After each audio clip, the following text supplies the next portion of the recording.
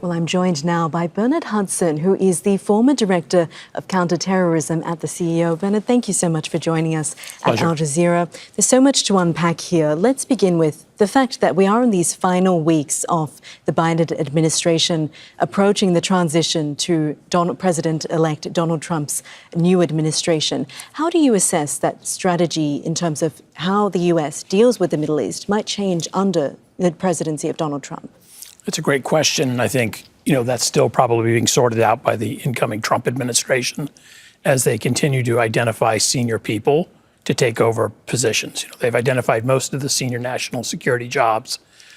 However, I think we can look to what happened in the Trump 1.0 administration and extrapolate a few things. I think one is, I don't think there's an appetite for increased escalation of tensions or a new war in the Middle East.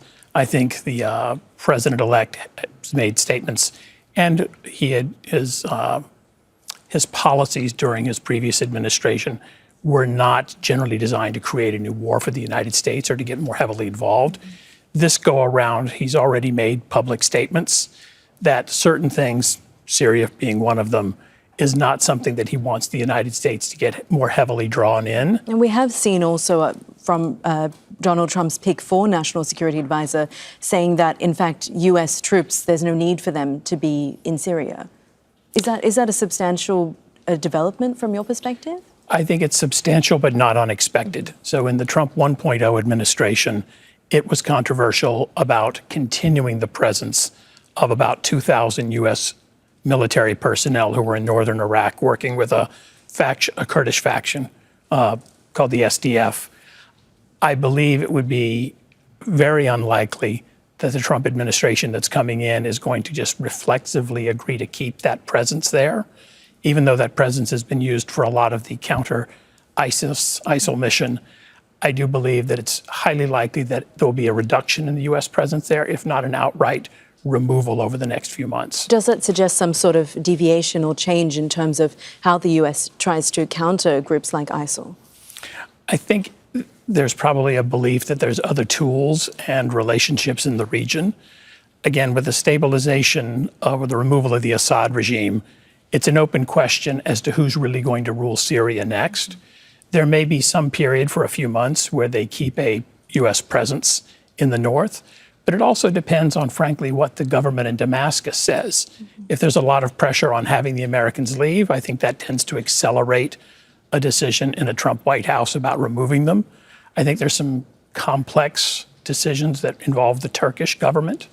The Turks consider the American surrogate force in northern Syria to be semi-terrorists, if not outright terrorists. And we did see only the other day when the Turkish foreign minister was hosting that press briefing with Ahmed al-Shara, he did make the comment that he believed that President-elect Donald Trump would take something of a more pragmatic approach, a sort of US first approach, as we often hear him describe that as, and perhaps that would mean that there would be a different approach. I think there will be. I think you also have the peculiar situation that the two most effective armed groups in Syria are both considered terrorist groups by the two other large outside powers. The Turks consider this particular Kurdish group to be terroristic, and the Americans have HTS as a designated terrorist organization. How those two governments between Ankara and Washington sort out that, I think that's well worth watching over the next few months.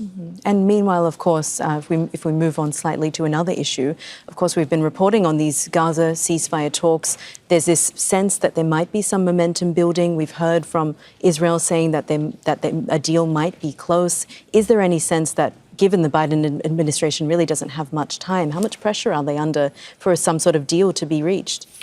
I would imagine that there's a great deal of personal pressure that the seniors in the Biden administration feel that they want to deliver on this in the last, say, 3.5 weeks of their administration. Unfortunately, the Americans have really struggled over the last 15 months to be the leading voice and driving force in events in the Middle East.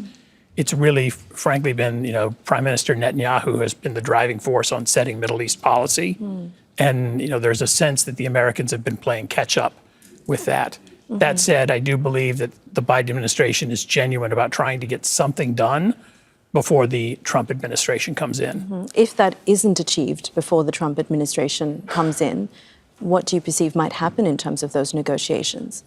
So, based on public statements that President-elect Trump has made and that have been echoed by National Security Advisor designate Waltz, that anyone who might be holding on to U.S. hostages when they come into office, is going to become a priority target of American interest.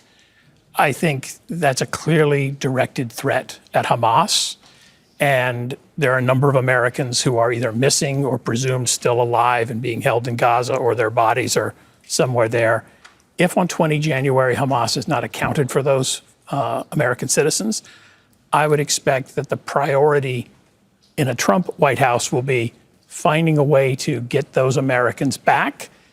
And that will take precedence over any sort of discussion of a long-term solution for Gaza.